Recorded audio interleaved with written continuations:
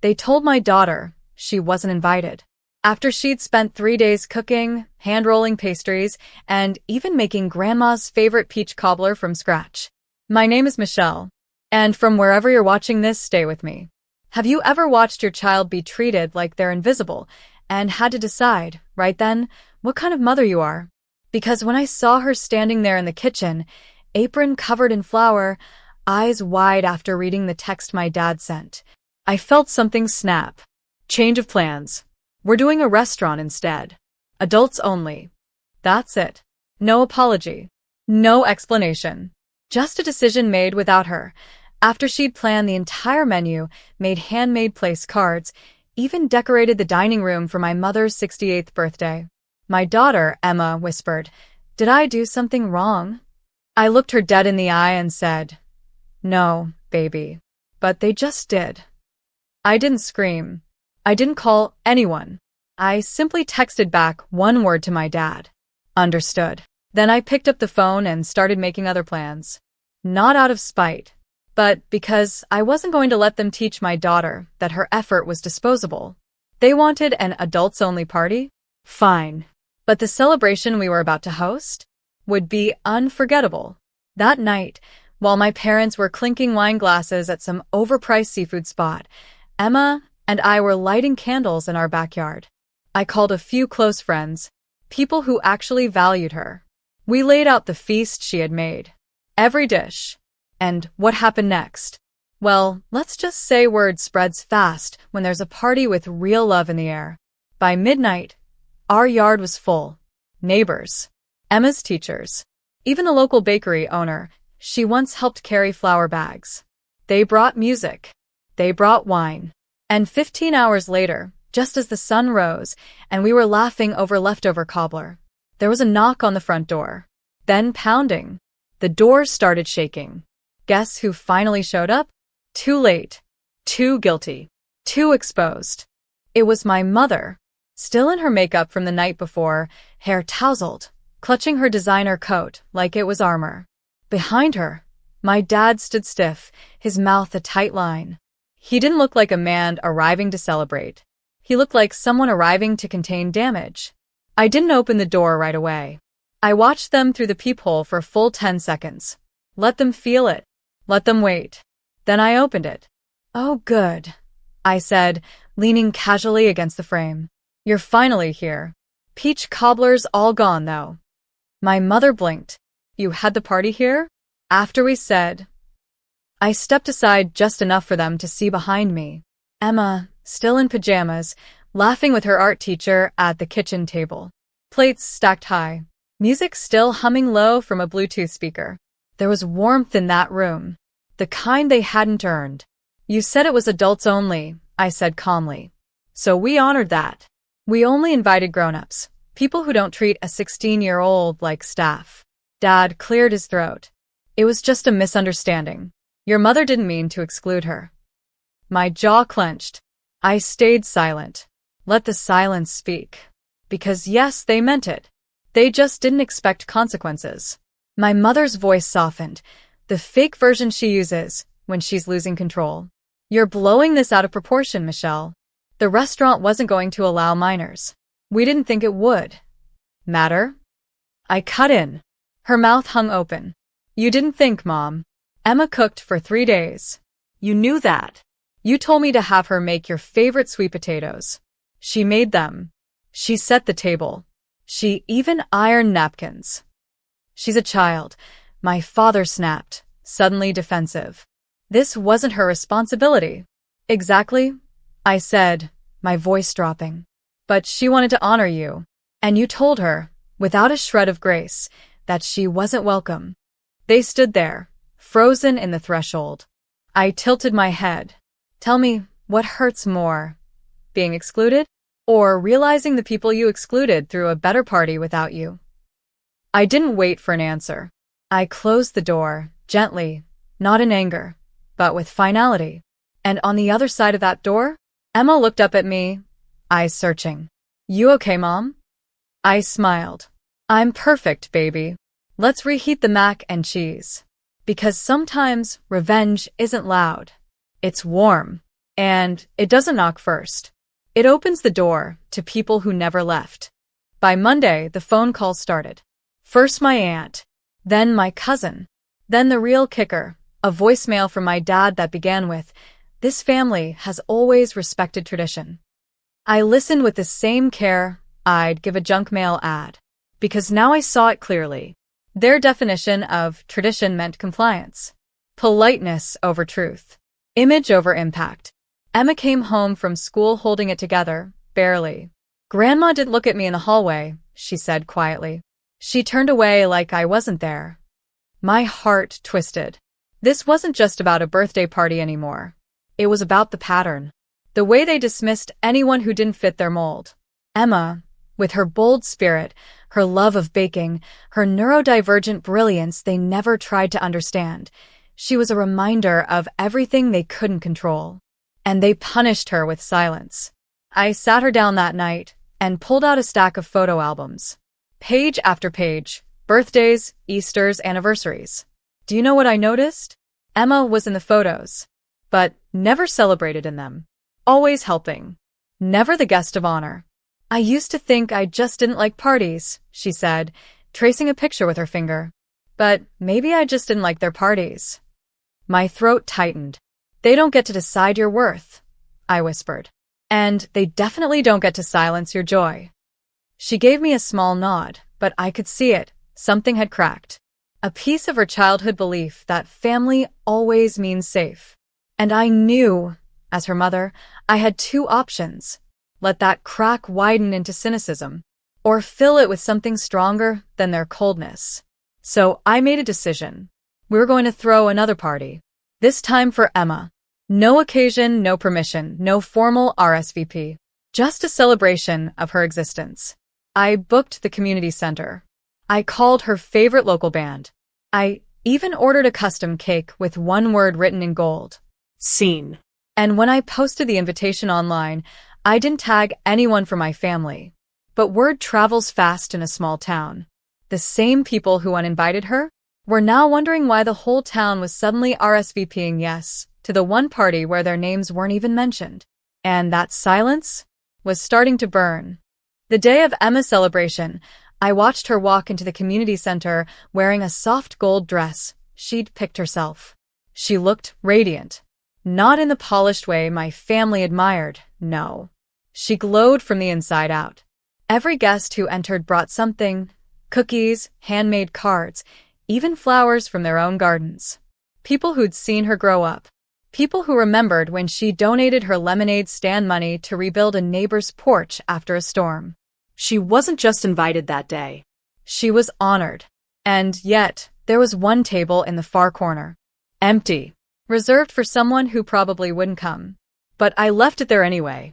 A symbolic space. Around 5 p.m., as the music swelled and Emma laughed in a circle of friends, I noticed a familiar luxury car slow roll through the parking lot. It didn't park. Didn't even stop fully. Just hovered. And then pulled away. My father. He couldn't even bring himself to come inside. He just watched. Maybe it was guilt. Maybe it was fear of accountability. But what it looked like was cowardice. Inside, I didn't let it touch our energy. Emma was mid-speech. Yes, she made one herself, thanking people for believing in me, even when I forgot how to believe in myself. I bit my lip to keep from crying. And then, the crowd parted. My sister, Megan, stepped in. Late, unsure, holding something wrapped in paper. Emma stiffened. They hadn't spoken in almost a year. Megan had always been the golden niece.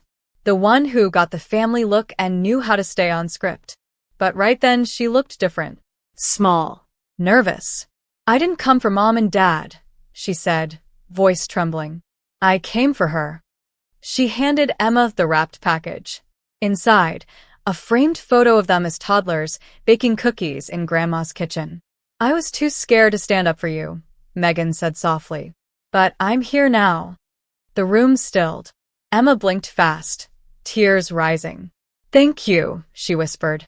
Megan reached for her hand, and the two of them, so different, yet bound by blood and 1,000 silences, stood together under the string lights. Later that night, Megan pulled me aside. You know Dad's been talking to a lawyer, right? I blinked. About what? She looked down. He's rewriting his will. But don't worry, that ship might have already sunk. I didn't ask more, because I knew then. The ripples of our quiet stand were reaching shores they never imagined. It started with a knock. 15 hours after the party ended, just as I was cleaning up leftover decorations and rinsing dishes, the door started shaking like someone was desperate to break through. I opened it slowly. My mother stood there, tight-lipped, eyes rimmed red, still dressed like she'd come from church, except her hands were shaking and she wasn't holding her Bible. "We need to talk," she said. No hello, no apology, just entitlement wrapped in pearls and perfume. I didn't move. I simply folded my arms. "You made a spectacle," she hissed. "Posting photos, inviting people outsiders, and making your father look like a monster." I held her gaze. He did that himself when he texted a child that she wasn't welcome. She flinched, but only for a second. "I raised you better than this," she snapped. "No," I said, voice steady. "You raised me to smile through mistreatment. You raised me to value appearances over people. You didn't raise me to protect. You raised me to perform." Her breath caught. "You think that party makes you a better parent?" "No," I replied. "Emma does. The way she holds space for others, the way she forgives, the way she still hoped you'd show up, even after you erased her. That's what makes me proud." She didn't speak. For the first time, she looked uncertain. Then, she took a trembling breath. "Your father's rewriting this state. He's hurt. And he's angry." I almost laughed. "So, this isn't a visit. It's a warning." She didn't deny it. She just looked past me into the house. "You're making a mistake. He won't change his mind." I stepped forward and gently closed the door halfway. "I'm not asking him to. Let him keep the inheritance. Let him clutch it like it buys him absolution. I don't want it." Her eyes widened. "You're throwing away millions over a child's feelings?" "No," I said calmly. "I'm protecting my daughter's soul. You taught me the cost of neglect. I'm teaching her the value of worth." And then I shut the door. Behind it, my hands were trembling. But inside me, there was no doubt. Because when you break cycles, it doesn't come with applause. It comes with slammed doors, trembling voices, late-night visits filled with veiled threats. But I wasn't a scared daughter anymore. I was the mother who said enough. And, in that silence, I heard something new. The sound of legacy shifting. 2 days later, I got a letter. Not an email. Not a call. A thick envelope. Cream-colored. Hand-delivered. From a law office in our town. Same one my dad had used for decades. I knew before opening it. But what I didn't expect was how detailed it was. Page after page spelling out how my parents were removing me and my daughter from every trust, every property deed, every long-promised inheritance. No college fund. No share in the family vacation home. No access to the family foundation I helped build when I was barely out of college. Signed. Stamped. Witnessed. Their revenge was legal. Their cruelty official. But what struck me most was the tone. Cold. Surgical. As if I was a liability being erased from a spreadsheet. Emma walked in while I was still holding the letter. She took one look at my face and froze. "Mom," I turned slowly. I wanted to hide it, to shield her. But I also knew I couldn't lie. "They cut us out," I said. She didn't blink. She stepped forward, took the letter, skimmed it with calm I didn't know she had. And then, "Good," she said. I stared. "Emma?" "No, Mom," she said firmly. "They did it when they uninvited me. This is just them admitting it on paper." I never felt prouder of her than I did in that moment. But something still burned in me. Not anger. Not regret. Resolve. I spent the next 3 days making calls. Not to lawyers. To people. The ones who came to the party. Who posted photos. Who whispered things to me on their way out like, "Your father always did play favorites," or "It's about time someone in your family did right by that girl." Turns out, That little party stirred something. And not just in our town. A local journalist had written a heartfelt blog post about it. The girl the birthday forgot. By the end of the week, it went viral. Thousands of shares. National outlets picked it up. Talk shows called asking for interviews. I refused them all. But something bigger happened. A nonprofit in New York, one focused on teens left behind by family trauma, reached out. They wanted Emma to speak at their youth gala. They'd pay for travel, hotel, the whole thing. Because her story was resonating. Not because it was unique, but because it was far too common. And in her pain, she gave others language. My parents had erased her from a table. But now? She was being handed a stage. The ballroom was golden. Hundreds of guests. Ceiling lit like a dusk sky. Cameras flashing softly in corners while servers passed around sparkling cider. And there, on a stage barely 2 feet high, stood Emma, 16 years old, wearing the same burgundy dress she baked in days ago, with sleeves rolled up and flour on her cheek. Except now her back was straight, her voice clear. She told a story without bitterness. Not once did she mention my parents' names. She simply said, I cooked for people who said they loved me. Then they said, I wasn't invited. And it hurt. But something surprising happened. Strangers showed up instead. People who saw me, ate with me, danced with me. And I realized, maybe love isn't about blood. Maybe it's about who pulls up a chair when everyone else walks away. The room was silent. Not politely, but reverently. Then someone stood and clapped. Then another. Then the entire ballroom. People wept. A senator's wife whispered to me in the lobby, she's what this country needs more of. Back at the hotel, Emma collapsed on the bed, laughing nervously. Was that okay? I held her face in my hands. You just turned pain into power, baby. That was more than okay. The next morning things changed. Not publicly, but intimately. I got a message from my brother. The one who had always stayed quiet. Who watched from the sidelines while I got passed over, silenced, shamed for standing up. He wrote, I saw the video. I had no idea. I'm sorry I didn't stand up sooner. Mom and Dad are furious. But honestly, they should be. He told me something else, too. That my parents were scrambling. That board members of the family foundation were concerned about their public image. That a few were even threatening to step down if things didn't change. Apparently, the optics of cutting out your granddaughter after a viral teen speech doesn't sit well with donors. Still, I wasn't interested in vengeance. I didn't need them to grovel. Didn't need the money back. Didn't need fake apologies. What I needed was already here. My daughter. Braver than I ever was at 16. Loved not by obligation but by choice. And as we boarded the plane back home, she leaned her head on my shoulder and whispered, I think I want to start something for other girls like me.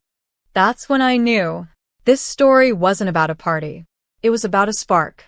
One they tried to blow out and only made brighter. It started with a name. Emma came into my room one night with a sketch pad clutched to her chest. She said, I want to call it the Table Project. I blinked. The what? She grinned.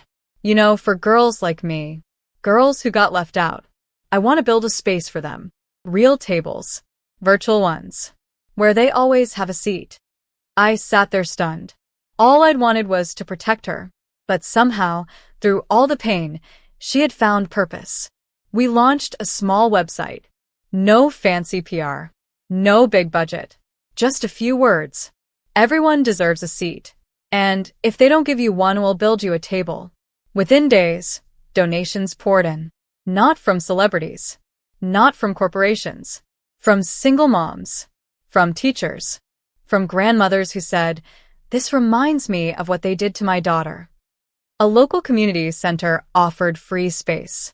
A bakery donated food for our first event. The same one that delivered that chocolate cake to our tiny, defiant dinner party. By spring, Emma was hosting monthly gatherings for teens. By summer, the Table Project had a grant from a women-led foundation. By fall, a publisher approached her about a book. And my parents? They watched it all unfold. They saw their granddaughter on television.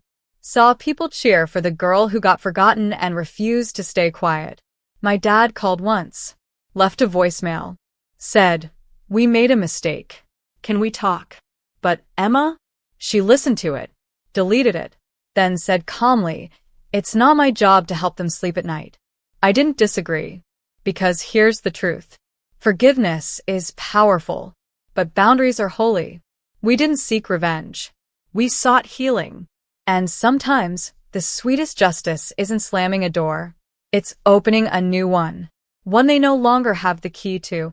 So now, every time a girl walks through the doors of the table project and sits down, I remember that text my father sent. It's adults only. And I smile. Because my daughter? She made her own guest list. And this time, no one gets left out.